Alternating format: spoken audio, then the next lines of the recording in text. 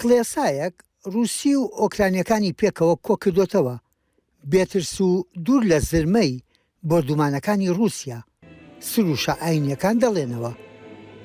وەلێ ئەم کڵێسایە کە 25 ساڵە دامەزراوە لە ویلایەتی ڤێرجینیایە لە ئەمریکا و ئۆکرانیا نییە.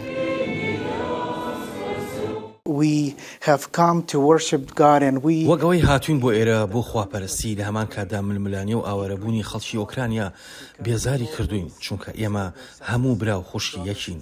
ئەوەی کە لە ئۆکرانیا لەلایەن رووسیاوە ڕوودەدات ڕاستیەکەی ململانی نێوان نەتەوەکان نییە، ئەوەندەی ململانەیەکی سیاسیە. کەشێکی ئاینی هەمویانی کۆکردوتەوە دوور لە باهۆزەکانی جەنگ. هەر کامێکیان کە لێرەن بە قوڵی نزا دەکەن.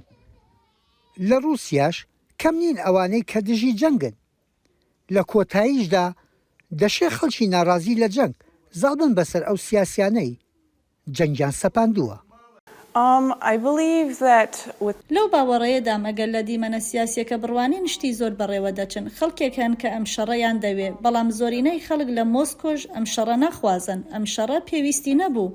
ڕێگای تر زۆرە کە قسە لەسەر ئەو جیاوازیانە بکەن، بەڵام کەسانێک ویستیان ئەو شەڕە ببێت کە لە دەسەڵاتدان.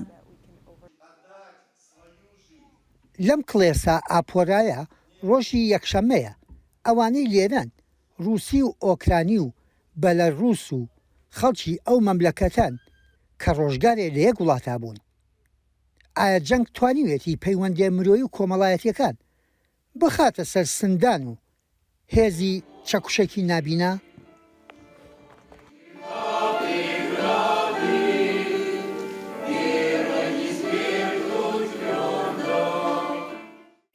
My mom is Russian.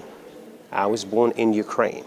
دایکم ڕووسە و خۆم لە ئۆکرانیا لەدایک بووم. هاوسەرەکەشم بایلەڕووسیە. من خۆم لە ئاوێنەیەکی تێکەڵاو لە سێنەتەوەم. ئەوەی کە دەیبینم لە نێوان ئۆکرانیەک و رووسیەکدا هەیە. پوتن ڕقی لەمەیە.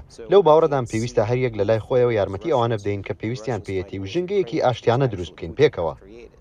وەک بەرپرسانی ئەم کڵێسەیەش باسی ئەوە دەکەن کە پوتن بەم شەڕفرۆشتنەی ئەو ڕایەڵە کۆمەڵایەتی تا ڕادەیەک تێک شکاندووە کە لە نێوان رووس و ئۆکرانیەکاندا هەبووە. ئەم خانمە خۆی رووسیە و ئامۆزاکانی لە ئۆکرانیان. کەس حەزی بەم شەڕە نییە.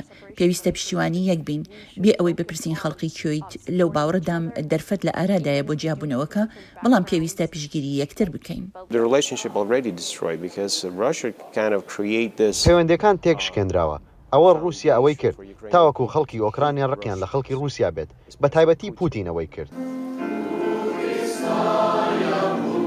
ئەوانەی لەم ڕیزەدا وەستاون و شان بەشانی یەکتری نزاکەن ڕەنگە نزاکانیان هاو بەشیەکی تێدا بێت بۆ ئەو جەنگەی بەرۆشی خزم و کەس و کارەکانیانی گرتووە. یەحیا بەرزنجی دەنگی ئەمریکا، ویلایەتی ڤێرجینیا.